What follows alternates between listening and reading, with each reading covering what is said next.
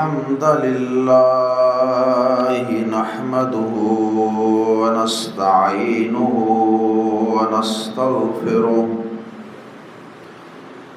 ونعوذ بالله من شرور أنفسنا ومن سيئات أعمالنا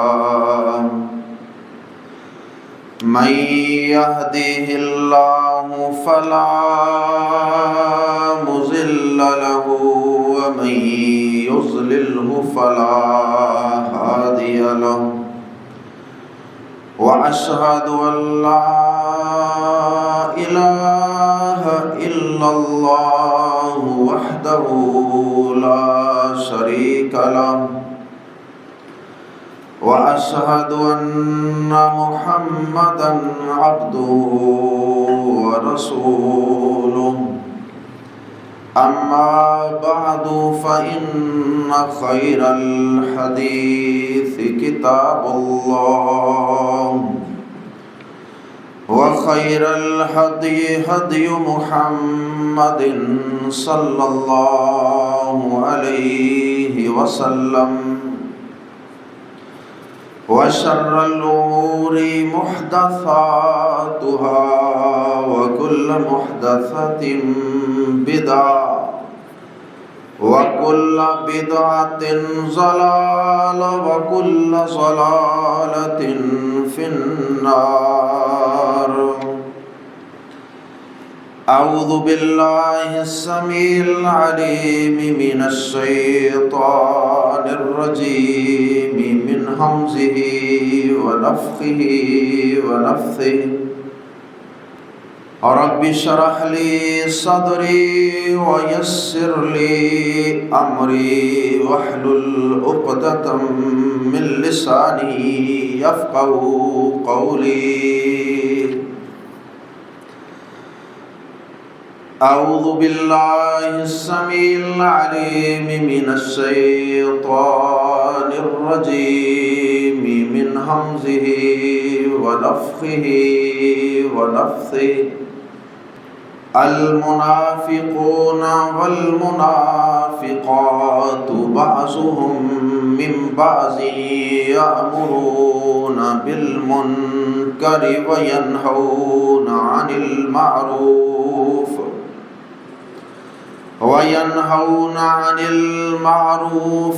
ويقبضون أيديهم نسوا الله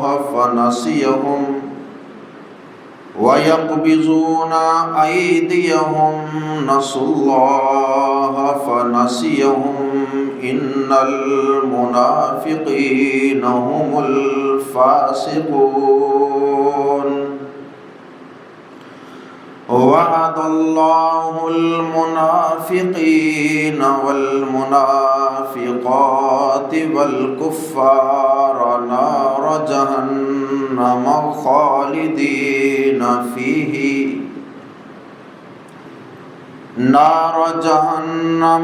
خالدين فيها هي حسبهم ولعنهم الله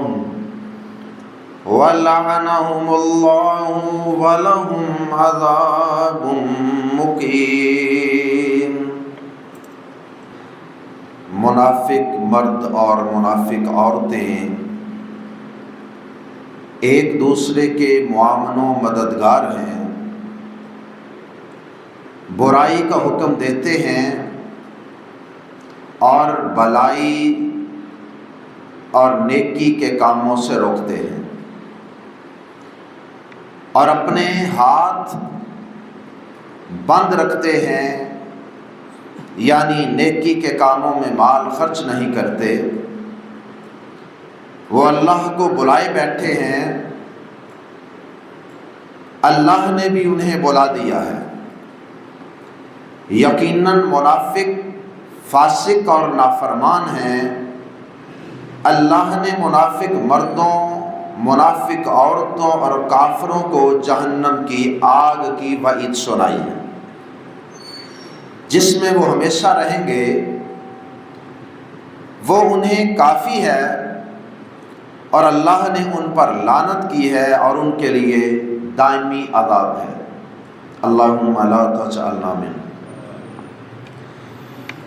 قابل احترام بھائیوں، بہنوں اور نوجوانوں، جب اللہ رب العزت نے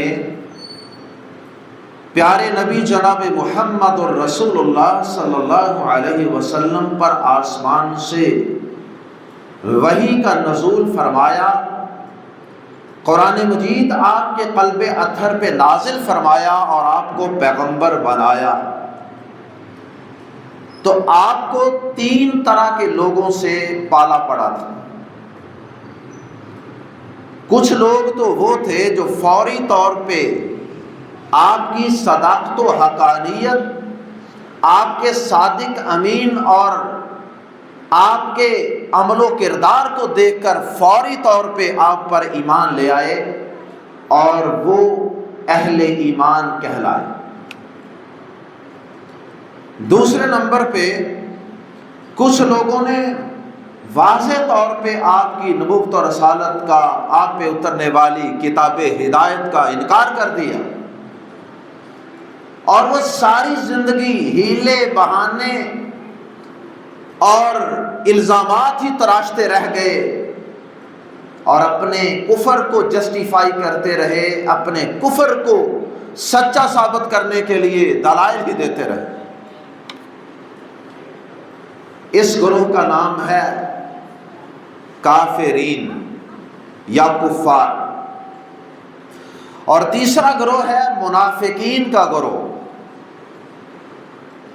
جو اپنے وقتی مفادات کو مد نظر رکھتے ہوئے کلمہ طیبہ تو پڑھ لیتے ہیں، زبان سے تو انہوں نے کلمہ ادا کر لیا، لیکن ان کے دلوں کے اندر کفر بھرا ہوا تھا، اور اسلام اور پیغمبر اسلام صلی اللہ علیہ وسلم کے ساتھ ان کے دلوں میں نفرت اور بغض بھرا ہوا تھا۔ لیکن مسلمانوں کے معاشرے میں رہنے کے لیے یا مسلمانوں سے مفادات حاصل کرنے کے لیے انہوں نے اپنے اوپر اسلام کا لیبل تو لگا لیا، لیکن ان کے دلوں کے اندر اللہ پاک کے الفاظ میں وَلَمَّا يَدْخُلِ الْإِيمَانُ فِي قُلُوبِكُمْ، اور ابھی تک تم نے زبان سے کلمہ تو پڑھ لیا، کلمہ پڑھ کے تم مسلمانوں کے حقوق حاصل کرنے میں تو کامیاب ہو گئے، لیکن ابھی تک ایمان تمہارے دلوں میں داخل نہیں ہوا۔ یہ منافقین کا گروہ ہے، اور یہ حقیقت میں کفار ہی کے گروہ کی ایک برانچ اور ایک شاخ ہے، لیکن چونکہ انہوں نے دھوکہ دیا مسلمانوں کو، یخادعون اللہ والذین آمنوا وما یخدعون الا انفسہم،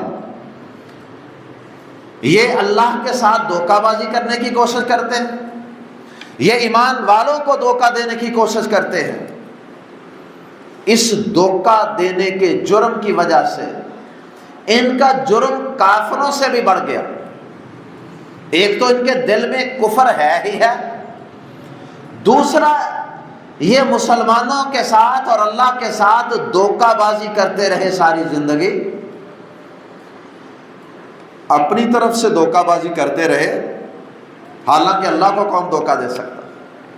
اللہ پاک تو ان کے سینوں کے راز اور ان کے سینوں کے حال کو بھی جانتا تھا، اور اہل ایمان کو بھی اللہ پاک نے ان منافقین کی کچھ نشانیاں اور ان کی کچھ علامات قرآن و حدیث کی شکل میں بتا رکھی تھی۔ اس لیے ان منافقین کے بارے میں اللہ پاک نے قرآن مجید میں کفار سے بھی زیادہ سخت الفاظ استعمال کیے۔ ان المنافقین فی الدرک الاسفل من النار، کہ یہ منافقین جہنم کے سب سے نچلے اور گہرے درجے میں ہوں گے۔ میرے قابل احترام بھائیوں،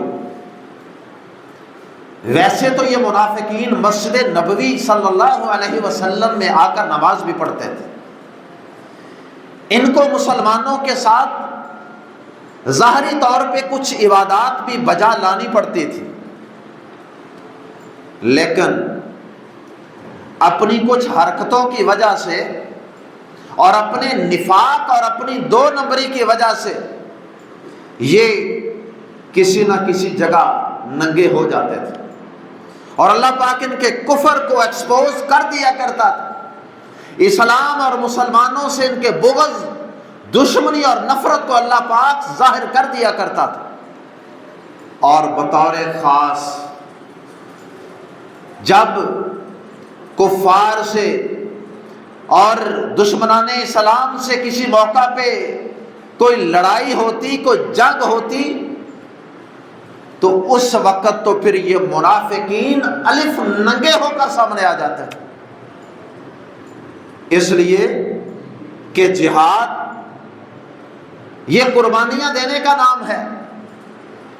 مسجد کے اندر آ کر باوضو ہو کر تیزی کے ساتھ نماز پڑھ کے، جھوٹی موٹی نمازیں پڑھ کے مسلمانوں کو دھوکہ دینا تو آسان تھا، لیکن اپنے ہاتھ پر، اپنی ہتھیلی پہ اپنی جان کو اور اپنے مال کو لے کر میدان جہاد میں اترنا، کہ جہاں خون بہا کرتے ہیں، کہ جہاں تیر و تلوار چلتے ہیں، کہ جہاں پر شہادتیں پیش ہوتی ہیں، جہاں پر جان اور مال کے نذرانے پیش کرنے پڑتے ہیں، اس میدان سے تو ان کافروں کی جان جاتی تھی۔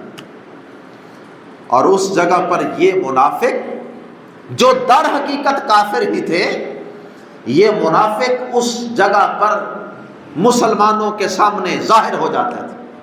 اللہ پاک انہیں ننگا کر دیتے تھے اہل ایمان کے سامنے۔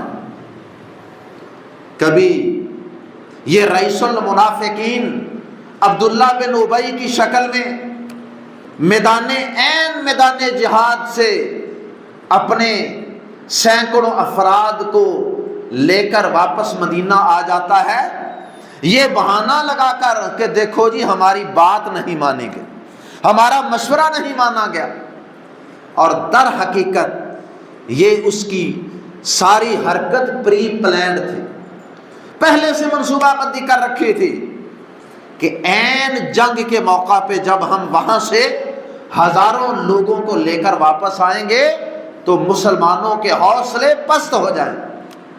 یہ ایک فطری سی بات، اس لیے کہا جاتا ہے، اہل علم کہتے ہیں قرآن مجید کی آیات اور احادیث اور سیرت کے اور غزوات کے واقعات کی روشنی میں، کہ جہاد مومن اور منافق کے درمیان خط امتیاز، یہ ایک ڈیوائیڈر لائن ہے جو ایک کافر اور مومن کو ممتاز کر دیتی ہے، جس سے پتہ چل جاتا ہے کہ یہ کھرا مومن ہے اور یہ کھوٹا سکہ ہے، کھوٹا کافر اور منافق ہے۔ میرے قابل احترام بھائیوں، ان منافقین کی بہت سی گندی اور بری خصلتیں قرآن مجید میں بھی مذکور ہیں، اور اللہ رب العزت نے اپنے پیارے نبی جناب محمد الرسول اللہ صلی اللہ علیہ وسلم کی زبان صادق سے بھی ان کی کئی بد خصلتوں کا تذکرہ احادیث کی شکل میں بھی فرمایا۔ آج ہم ان منافقین کی چند خصلتیں بطور خاص جو میدان جہاد کے متعلق ہیں، ان چند خصلتوں کا آپ کے سامنے تذکرہ کریں، کیونکہ اس وقت ہمارے اوپر بھی ایک جنگ کے بادل منڈلا رہے ہیں، اور ایسے حالات کے اندر ایک مومن کا کیا کردار ہونا چاہیے اور ایک کافر اور اس کی بی ٹیم منافق کا کیا کردار ہوتا ہے، یہ انشاءاللہ قرآن مجید کی اور احادیث کی روشنی میں ہم سمجھیں گے۔ اور مقصد اس کا یہ ہے کہ اگرچہ ہم الحمدللہ ہم خالص مومن ہیں، خالص مسلمان،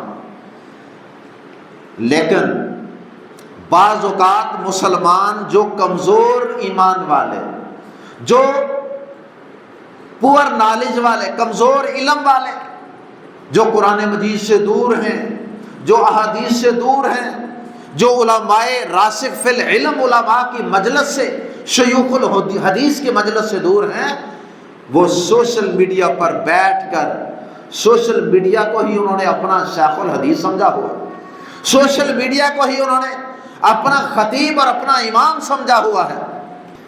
ایسے لوگ سوشل میڈیا پر بیٹھ کر فتوے جاری کر رہے ہیں، کبھی علماء کے بارے میں، کبھی جہاد کا فتویٰ دینے والے علماء کے بارے میں، اور کبھی اللہ کی راہ میں مال خرچ کرنے والے مسلمانوں پہ تنقید کر کے، اور کبھی اپنی جانوں کا نذرانہ پیش کرنے والے پاک فوج کے جوانوں پر وہ تنقید کر کے، تنقید کے نشتر برسا کر، بعض اوقات ہمارے کچھ کمزور ایمان والے اور کمزور علم والے مسلمان، وہ نہ چاہتے ہوئے بھی، اگرچہ ہوتے وہ مخلص مسلمان ہیں، لیکن مسجد سے تعلق کمزور، علماء سے تعلق کمزور، مجاہدین سے تعلق انتہائی کمزور، اور اسی طرح سے جو اس فیلڈ کو سمجھنے والے ماہرین ہوتے ہیں، ان سے چونکہ ان کا تعلق کمزور ہوتا ہے، اس لیے وہ سوشل میڈیا پر بیٹھ کر دشمن کے پروپیگنڈے کا شکار ہو کر دشمن کی زبان ہی بولنے لگ جاتے ہیں، دشمن کی زبان ہی بولنے لگ جاتے ہیں، اور انہیں علم بھی نہیں ہوتا کہ وہ کیا کردار ادا کر رہے، وہ مسلمانوں کے حوصلوں کو کس طرح سوشل میڈیا پہ بیٹھ کر پست کر رہے ہیں، اور در حقیقت لا علمی میں وہ منافقین کا کردار ادا کر رہے ہوتے وہ مسلمان ہیں، کلمہ انہوں نے دل سے پڑھا ہوتا ہے، ہاں کچھ خالص منافق بھی ہو سکتے ہیں، یہ کسی کے ماتھے پہ تو نہیں لکھا ہوا کہ کون خالص مومن ہے اور کون خالص منافق ہے، یہ علم تو اللہ پاک کے پاس ہے۔ ہمیں کسی کو نامینیٹ کرنے کی اور اس کا نام لے کر نہ تو مومن کا سرٹیفکیٹ دینے کی ضرورت ہے، نہ ہی اسے منافق کا درجہ دینے ہی کی کوئی حاجت اور ضرورت ہے۔ ہم نے تو قرآن مجید سے یہ صفات پڑھنی ہے، یہ خصلتیں پڑھنی ہیں منافقین کی، اور قرآن مجید کی بیان کردہ ان خصلتوں سے جس کو زیادہ تکلیف ہوگی اس کے تو منافق ہونے میں کوئی شک نہیں ہوگا، اور جو مومن ہوگا، مسلمان ہوگا، وہ ان خصلتوں کو پڑھ کے اپنے آپ کو ان سے پاک کرنے کی، بچانے کی کوشش کرے گا۔ جو لا علمی میں یہ کام کر رہا تھا وہ تو اپنی اصلاح کی کوشش کرے، اور جو ارادتاً کر رہا ہے اسے یہ آیات اور منافقین کا یہ کردار سن کر تکلیف ہوگی۔ آئیے منافقین کی صرف 5 خصلتوں کا تذکرہ، جن کا بطور خاص میدان جہاد سے اور حالات جنگ سے تعلق ہے۔ سورہ توبہ کی میں نے آپ کے سامنے چند آیات تلاوت کرنے کی سعادت حاصل کی ہے، اور ان کا ترجمہ بھی آپ کے سامنے عرض کیا ہے۔ اس میں بھی اللہ پاک نے منافقین کی کئی خصلتیں بیان کی، ان میں سے ایک بنیادی خصلت یہ ہے کہ منافق مرد ہوں یا منافق عورتیں، اس کا مطلب ہے کہ منافق عورتیں بھی اپنے مردوں کے شانہ بشانہ کھڑی ہوتی ہیں، اس لیے ایمان والی عورتوں کی بھی یہ ذمہ داری ہے کہ وہ بھی ایسے حالات کے اندر، جنگ کے حالات کے اندر بطور خاص مخلص مومنوں کے شانہ بشانہ کھڑی ہو کر اہل حق کے دفاع میں اور ان کے حوصلے بلند کرنے کے اندر اپنا کردار ادا کریں۔ منافق عورتیں اور منافق مرد، ان کی پہلی خصلت یہ ہے کہ وہ کیا کرتے ہیں؟ ایمان والوں کے برعکس اللہ پاک نے اسی صورت میں تھوڑا سا ان آیات کے آگے پیچھے مومن مردوں کا، ایمان والے مردوں کا بھی تذکرہ کیا ہے، ان کی خصلتیں بالکل ان کے الٹ ہیں۔ وہ کیا کرتے ہیں؟ وہ کرتے ہیں یأمرون بالمعروف وینہون عن المنکر۔ ایمان والے مرد اور ایمان والی عورتیں تو لوگوں میں نیکی اور خیر کو پھیلاتے ہیں، لوگوں کو نیکی پر ابھارتے ہیں، نیکی پر، خیر پر ابھارتے ہیں، اور برائی سے اور ایمانی کمزوریوں سے اور برے کاموں کے کرنے سے وہ لوگوں کو روکتے ہیں۔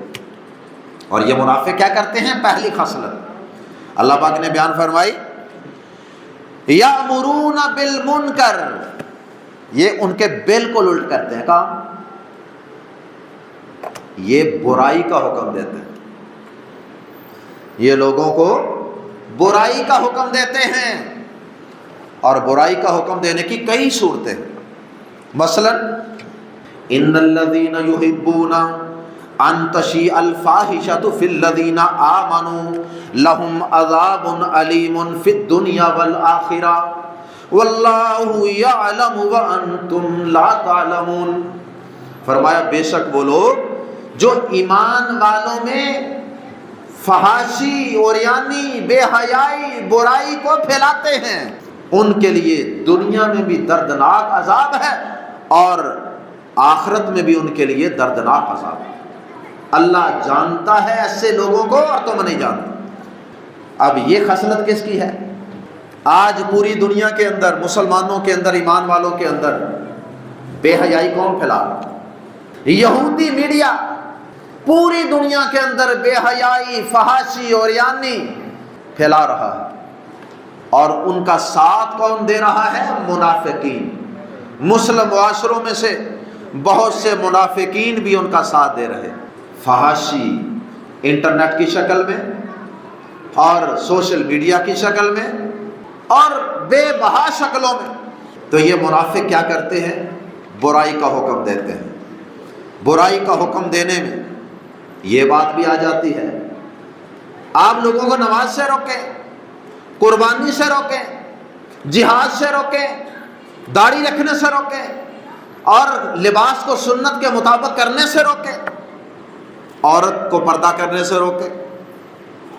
اور روکنے کا صرف یہ مطلب نہیں ہوتا کہ کسی کو پکڑ کے کہہ دو کہ رک جاؤ، یہ کام نہ کرو، یہ بھی ایک طریقہ ہے، لیکن یہ بھی ایک طریقہ ہے کہ اپنے چہرے پہ داڑھی سجانے والے نوجوان کا مذاق اڑاتے رہیں،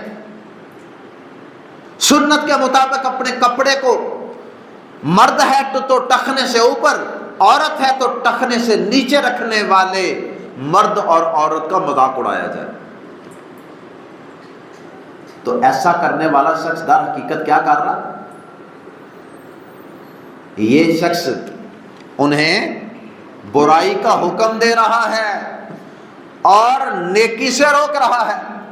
یہ دونوں خصلتیں ساتھ ساتھ، پہلی خصلت یامرون بالمنکر اور دوسری خصلت وینہون عن المعروف، برائی کا حکم دیتے ہیں منافق اور نیکی سے روکتے ہیں۔ آج دیکھ لیں نیکی کا حکم دینے والے لوگ کتنے ہیں اور برائی سے روکنے والے کتنے لوگ ہیں، اور برائی کا حکم دینے والے اور نیکی سے روکنے والے کتنے ہیں؟ نیکی کا حکم دینے والے آپ کو آٹے میں نمک کے برابر ملے، ایمان والے سوئے ہوئے ہیں، نہ برائی سے روک رہے نہ نیکی کو پھیلا رہے، اور منافقین اور ان کی مشنریاں، ان کے جناب سارے ٹی وی چینل سب بکاؤ مال لوگوں میں برائیاں پھیلا رہے ہیں، نیکیوں کو ڈی گریڈ کر رہے ہیں، نیکیوں کا اور نیک لوگوں کا مذاق اڑا رہے ہیں۔ یہ سب خصلتیں کس کی ہیں؟ منافقین کی۔ اللہ اکبر۔ اور پھر اسی طرح سے سورہ انفال کے اندر اللہ پاک نے منافقین کے اسی کردار کی ایک مثال بیان فرمائی کہ یہ کس طرح ایمان والوں کو نیکی سے روکتے ہیں، جہاد سے روکتے ہیں، اللہ کی راہ میں مال خرچ کرنے سے روکتے ہیں، اور ان کو کس طرح برائی کی طرف موٹیویٹ کرتے ہیں۔ سورہ انفال ہے، آیت نمبر 49۔ اللہ پاک فرماتے ہیں اذ یقول المنافقون والذین فی قلوبہم مرض، وہ وقت یاد کرو جب غزوہ بدر کے موقع پہ منافقوں نے اور بیمار دل والے لوگوں نے کہا، مسلمانوں کی تعداد کتنی تھی؟ 313 کے قریب، اور کافروں کی تعداد 950 سے 1000 کے قریب۔ تو اس وقت منافقین کا کیا کردار تھا؟ یہ کردار تھا جو اللہ پاک نے بیان کیا۔ فرمایا انہوں نے کیا کہا؟ منافقین نے، بیمار دل والوں نے، انہوں نے ایمان والوں پر کیا کومنٹ کیا تھا؟ آج کل سوشل میڈیا پہ کومنٹ کر کے ہی لوگوں کے حوصلے پست کیے جاتے ہیں۔ آج سوشل میڈیا پہ پوسٹ کر کے، سوشل میڈیا پہ کومنٹ کر کے آج ایمان والوں کے، جہاد والوں کے اور افواج کے، قربانیاں دینے والوں کے حوصلے پست کرنے کی کوشش۔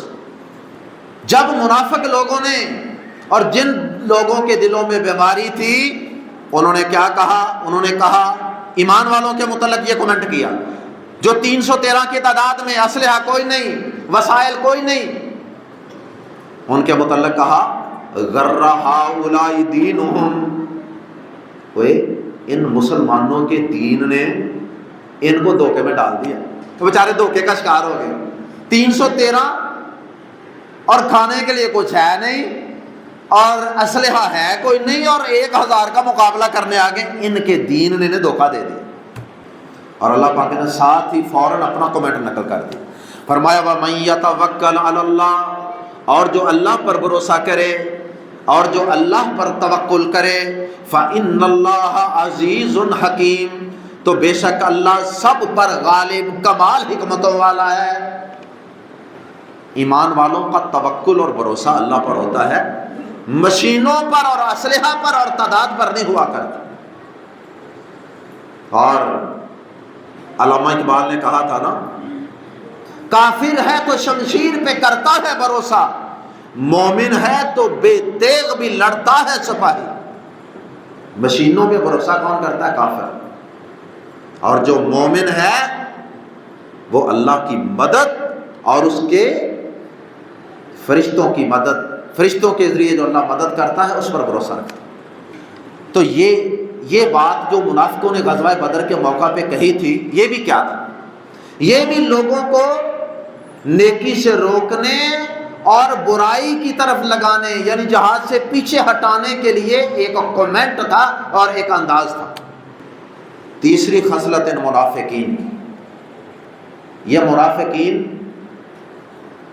میدان جہاد سے پیچھے رہ کر، میدان جہاد سے پیچھے رہ کر خوش ہوتے ہیں، پریشان نہیں ہوتے۔ غزوہ تبوک میں 3 خالص مومن پیچھے رہ گئے تھے سستی کی وجہ سے، ارادہ نہیں تھا پیچھے رہنے کا، صرف اچھا چلو چلتے ہیں، جاتے ہیں، ہماری سواریاں بڑی تیز ہیں، ہم پچھلے ٹائم نکل جائیں گے، کل نکل جائیں گے، جا ملیں گے قافلے کو، کرتے کرتے کرتے اور رہ گیا کہ یار اب تو بہت لیٹ ہو گئی، اب تو وہ دور نکل گئے ہوں۔ 3 مخلص ایمان والے، کعب بن مالک رضی اللہ تعالیٰ عنہ اور ان کے 2 ساتھی، اللہ اکبر، پورا واقعہ اللہ پاک نے قرآن مجید میں بیان کر دیا، اور ان کی توبہ قبول کرنے کے لیے اللہ پاک نے قرآن مجید میں پوری ایک سورہ توبہ نازل فرمائی۔ ایک وہ کردار تھا، اور ایک طرف جو منافقین بہانے باز وہ میدان جہاد سے پیچھے رہ گئے تھے، وہ اس پر خوش تھے، ہم تو بڑے کامیاب ہیں، اور ہمارا تو بہانہ چل گیا، ہم نے تو اللہ کے رسول کو نعوذ باللہ ہم نے ان سے دھوکہ کر لیا ہے، جھوٹے بہانے، لیم ایکسکیوزز بیان کر کے ہم نے دھوکہ دے دیا۔ منافقین جہاد سے پیچھے رہ کر خوش ہوتے ہیں۔ سورۃ توبہ ہے، آیت نمبر 81، اللہ پاک فرماتے ہیں فارح المخلفون بمقعدہم خلاف رسول اللہ صلی اللہ علیہ وسلم، غزوہ تبوک سے پیچھے رہنے والے منافق خود بھی رسول اللہ صلی اللہ علیہ وسلم سے پیچھے رہنے پر خوش ہوئے۔ اللہ کے رسول میدان میں گئے ہیں اور یہ اللہ کے رسول کے برعکس پیچھے رہ کر کیا ہوئے ہیں؟ فارحہ۔ فارحہ کا معنی ہوتا ہے خوش ہونا، فرحت، خوشی محسوس کرنا کہ ہے ہم بچ گئے ہیں۔ وَكَرِهُوا أَن يُجَاهِدُوا بِأَمْوَالِهِمْ وَأَنفُسِهِمْ فِي سَبِيلِ اللَّهِ، اور انہوں نے اپنے مالوں اور جانوں کے ذریعے اللہ کی راہ میں جہاد کرنے کو ناپسند کیا۔ جان اور مال اللہ کی راہ میں پیش کرنے سے انہوں نے کراہت کی۔ یہ کس کی خصلت ہے؟ منافقوں کی۔ اور پھر انہوں نے دیکھیے لوگوں کو کس طرح جہاد کی نیکی سے روکا۔ کہنے لگے وَقَالُوا لَا تَنْفِرُوا فِي الْحَرِّ، لوگوں کو بھی کہنے لگے اوئے گرمی بڑی ہے، نہ نکلنا، نہ جانا جہاد پہ، بہت گرمی ہے، جہاد میں نہ نکلنا۔ لا تنفروا فی الحر، اللہ پاک نے ساتھ ہی اپنا کومنٹ بھی بیان کر دیا، یہ تو ان کا کومنٹ تھا لوگوں کو روکنے کے لیے نیکی سے، خیر سے، جہاد سے، خرچ کرنے سے۔ قل کہہ دیجئے نار جہنم اشد حرا لو کانوا یفقہون، انہیں کہہ دیجئے جہنم کی آگ دنیا کی گرمی سے کہیں زیادہ سخت ہے، کاش یہ سمجھتے، کاش انہیں اتنی سمجھ بوجھ ہوتی۔ تو منافق ہمیشہ جہاد سے پیچھے رہتا ہے اور پیچھے رہ کر خوش بھی ہوتا ہے۔ نبی صلی اللہ علیہ وسلم کی اسی لیے حدیث ہے صحیح مسلم، آپ نے فرمایا کہ جس شخص کو اس حال میں موت آ گئی، من مات ولم یغزو ولم یحدث نفسہ، جس شخص کو اس حال میں موت آ گئی، نہ وہ کسی جہاد میں گیا، نہ جہاد کے لیے اس نے عزم اور ارادہ اور نیت ہی رکھی، فرمایا وہ جب بھی مرے گا نفاق کے، منافقت کے ایک شعبے پر مرے گا۔ تو جہاد میں کھڑے نہ ہونے کی سوچ ہے نا، اگر جہاد کو برا سمجھتا ہے اگر کوئی انسان، یا جہاد کرنے والی افواج ان کو اگر انسان سمجھتا ہے نا کہ یہ غلط کر رہے ہیں اور میں ٹھیک ہوں جہاد سے پیچھے رہنے والا، تو سچی بات ہے کہ یہ نفاق کی علامت ہے، یہ نفاق کی علامت ہے۔ اس لیے ہر مومن کو یہ چاہیے کہ وہ جہاد کے لیے اپنی افواج کے شانہ بشانہ ان کا ساتھ دینے کے لیے اور کروڑوں خداؤں کو پوجنے والے مشرکوں کے ساتھ لڑنے کے لیے ہر وقت تیار رہے۔ اندرونی اختلافات، سیاسی اختلافات اپنی جگہ رکھیں، لیکن جب موقع آ جائے دشمن سے لڑنے کا، پھر ان اختلافات کو بیچ میں نہیں لانا، پھر صرف یہ دیکھنا ہے کہ مقابلہ ہے اب توحید کا اور شرک والوں کا، مقابلہ ہے اب حق اور باطل کا، مقابلہ ہے اب مسلمان اور ہندو کا، بس یہ دیکھنا۔ جہاد سے پیچھے رہنا اور پیچھے رہ کر خوش ہونا یہ منافق کی خصلت ہے۔ اور پھر چوتھی خصلت، یہ منافق مسلمانوں کے بارے میں برے وقت کا منتظر رہتا ہے۔ منافقین ایمان والوں کے متعلق برے وقت کا انتظار کرتا رہتا ہے، منافقین انتظار کرتے رہتے ہیں۔ قرآن مجید کی آیت ملاحظہ کیجئے، منافقین کی خصلت سورہ توبہ آیت نمبر 98 ہے۔ دو خصلتیں اللہ پاک نے اکٹھی اس میں بیان کر دی۔ ایک یہ ہے کہ منافق اللہ کی راہ میں مال خرچ نہیں کرتا، ہاتھ دبا لیتا ہے، بخل کرتا ہے، بلکہ جو خرچ کرنے والے ہیں ان کا بھی مذاق اڑاتا ہے، یہ ہم پیچھے پڑ چکے ہیں۔ اور دوسری خصلت یہ ہے کہ یہ ایمان والوں کے متعلق برے وقت کے آنے کا انتظار کرتے ہیں۔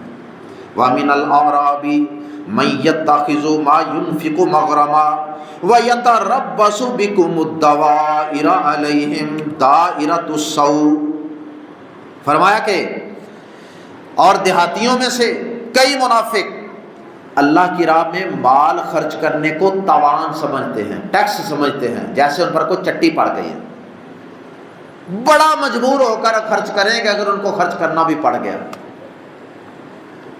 اور فرمایا وَيَتَرَبَّصُ بِكُمُ الدَّوَائِرَ عَلَيْهِمْ دَائِرَةُ السَّوْءِ، فرمایا کہ یہ تمہارے بارے میں برے حالات کے منتظر رہتے ہیں، برے حالات کے منتظر رہتے ہیں۔ اچھا ایمانداری سے بتائیے، آج کے دور میں جو حالات اس وقت ہمارے ملک پہ بنے ہوئے ہیں، اگر کسی کے دل میں یہ خواہش ہو، ہم نے کسی کا دل چیر کے تو نہیں دیکھا، کسی کے دل میں یہ خواہش ہو کہ اس پاکستان کی فوج کا دشمن کے ساتھ مقابلہ ہو اور یہ فوج شکست کھائے، ایمانداری سے بتائیے کہ وہ مومن ہے کہ پکا منافق ہے؟ بتائیے ایمانداری سے، سوچئے ذرا، اپنے سینے پہ ہاتھ رکھ۔ مجھے تو کم از کم اس کے منافق ہونے میں شک نہیں۔ پتہ نہیں اب حافظ صاحب کو بات سخت لگ رہی ہے کہ صحیح لگ رہی ہے۔ اگر کسی کی یہ سوچ ہے اس وقت اسلامی فوج شکست کھا جائے اور ہندو جیت جائے اور وہ اپنے بغض کا بدلہ اس فوج سے لینا چاہ رہا ہے، منافقت۔ اگر فوج کسی سیاسی پارٹی پہ، کسی مذہبی پارٹی پہ ظلم کرتی ہے، زیادتی کرتی ہے، اللہ کی قسم ہم اس کی بھی تردید کرتے ہیں، ہم اس کو صحیح نہیں سمجھتے، لیکن یارو اس کا یہ مطلب کہاں سے ہے کہ بندہ جب کفر کے ساتھ ایمان والوں کا مقابلہ ہو تو اس وقت اس کی یہ خواہش بن جائے کہ کاش کہ ان کو شکست ہو جائے، الیاذ باللہ۔ اور سوشل میڈیا پہ ایسے لوگ موجود ہیں۔ وَيَتَرَبَّصُ بِكُمُ الدَّوَائِرُ، اللہ پاک نے پھر اس کا جواب بھی دے دیا، فرمایا عَلَيْهِمْ دَائِرَةُ السَّوْءِ، فکر نہ کرو، برا وقت ان منافقوں اور ان کافروں پر ہی آنے والا، ایمان والوں پر انشاءاللہ برا وقت نہیں آئے گا۔ اور پھر پانچویں اور آخری بات، یہ منافق اسلامی لشکر کی شکست کی جھوٹی خبریں پھیلاتے ہیں۔ جنگ کے دنوں میں یہ اسلامی لشکر کے، اسلامی افواج کے، مجاہدین کے، ایمان والوں کے لشکروں کی شکست کی جھوٹی خبریں پھیلاتے ہیں۔ ویسے اللہ کے نبی صلی اللہ علیہ وسلم کے دور میں بھی منافقین یہ کام بڑا آسان طریقے سے کرتے تھے۔ حضرت عائشہ پر بہتان کی خبر کس نے پھیلائی پورے مدینے میں؟ منافقین۔ حضرت عثمان رضی اللہ تعالیٰ عنہ کی شہادت کی خبر صلح حدیبیہ کے موقع پہ کس نے پھیلائی؟ منافقین۔ غزوہ احد کے موقع پہ پیارے نبی صلی اللہ علیہ وسلم کی شہادت کی خبر کس نے پھیلائی؟ انہی منافقین نے۔ سورہ نساء آیت نمبر 83 اللہ پاک فرماتے ہیں وَإِذَا جَاءَهُمْ أَمْرٌ مِّنَ الْأَمْنِ أَوِ الْخَوْفِ أَذَاعُوهُ، جب ان کے پاس کوئی بھی خبر آ جاتی ہے نا، خوف کی یا امن کی، اور یہ جنگ کے دنوں میں ہوتا ہے، تو یہ کیا کرتے ہیں؟ یہ فوراً اذاعوا، یہ اس کو شیئر کر دیتے ہیں۔ اذاعوا کا ترجمہ شیئر کرنا، پھیلا دینا۔ اذاعوا، یہ اس کو پھیلا دینا۔ اچھا، ایک خبر کو پھیلا دینے کا نقصان کتنا ہوتا ہے؟ پوری قوم کے حوصلے پست، پوری قوم کا مورال ڈاؤن، پوری فوج کا مورال ڈاؤن۔ یہ اتنا بڑا، یہ پیچھے سے کمر میں خنجر گھونپنے کے مترادف ہے، اللہ کی قسم۔ ایسے حالات میں حوصلوں کو پست کرنے والی پوسٹیں لگانا، کومنٹ کرنا اور ان خبروں کو شیئر کرنا۔ آگے اللہ پاک نے پھر اس کا حل بھی بتا دیا، اس میں ہمارے لیے بھی سبق ہے۔ فرمایا کہ جب اس طرح کے جنگ کے حالات ہونا تو ایمان والو، تم ان منافقوں کی طرح ہر امن کی یا ہر جنگ کی یا خوف کی یا شکست کی یا فتح کی خبر کو نشر نہ کر دیا کرو، بلکہ فرمایا وَلَوْ رَدُّوهُ إِلَى الرَّسُولِ وَإِلَىٰ أُولِي الْأَمْرِ، کاش کہ یہ لوگ ایسی خبروں کو اللہ کے رسول کی طرف لوٹاتے۔ اللہ کے رسول اس وقت کے حکمران تھے نا، سپاہی سالار۔ فرمایا کاش کہ یہ لوگ ان خبروں کو اللہ کے رسول صلی اللہ علیہ وسلم کی طرف لوٹاتے، اور آگے ساتھ ہی کہہ دیا وَإِلَىٰ أُولِي الْأَمْرِ، اور جو بھی اس دور کے اولو الامر ہیں، ذمہ داران ہیں، حکمران ہیں، سپاہی سالار ہیں، یہ خبریں ان تک پہنچاؤ۔ یہ آگے ان کا کام ہے کہ وہ اس کی جانچ پڑتال کریں اور دیکھیں کہ کون سی خبر لوگوں تک پہنچانے والی ہے اور کون سی خبر لوگوں تک پہنچانے والی نہیں ہے۔ یہ جنگی حکمت عملی ہوتی ہے۔ اکثر خبریں تو ویسے جھوٹی ہوتی ہیں، فیک نیوز، اور اگر کوئی صحیح بھی ہے کہ فلاں محاذ پہ جی مسلمانوں کو شکست ہو گئی ہے، اتنے شہید ہو گئے، تو ایسے حالات کے اندر اس خبر کو نشر نہیں کرنا ہوتا، یہ ایک جنگی حکمت عملی ہوتی ہے۔ اس لیے ایسی خبروں کو بلا دھڑک اور دڑا دڑ شیئر کرتے چلے جانا، جس سے مسلمانوں کے، اہل ایمان کے اور مجاہدین کے اور افواج کے حوصلے پست ہوں، یہ قطعاً جائز اور درست نہیں، اور یہ منافقانہ روش ہے۔ اللہ تعالی ہم سب کو سمجھنے اور عمل کی توفیق عطا فرمائے۔